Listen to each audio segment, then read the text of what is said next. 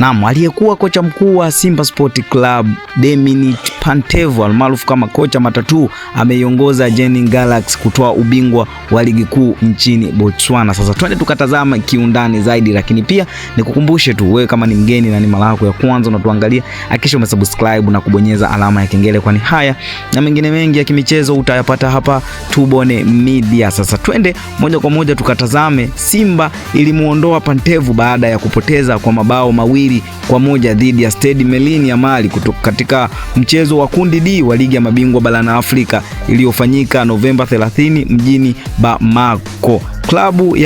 Kabla ya hapo timu hiyo ilipoteza nyumbani kwa bao 1-0 dhidi ya Petro di Luanda ya nchini Angola. Pantev alichukua mikoba ya kuifundisha wekundu wa Msimbazi mwezi Oktoba 2025 akitokea Gaborone United ya Botswana, na baada ya kufukuzwa alijiunga na Jeni Galaxy na sasa ameongoza kutoa ubingwa wa ligi nchini Botswana. Sasa ukianza kuangalia, kocha Pantev alifukuzwa na wekundu wa Msimbazi baada ya kutokufiti kwenye hile mbinu ambazo walikuwa wanazitumia.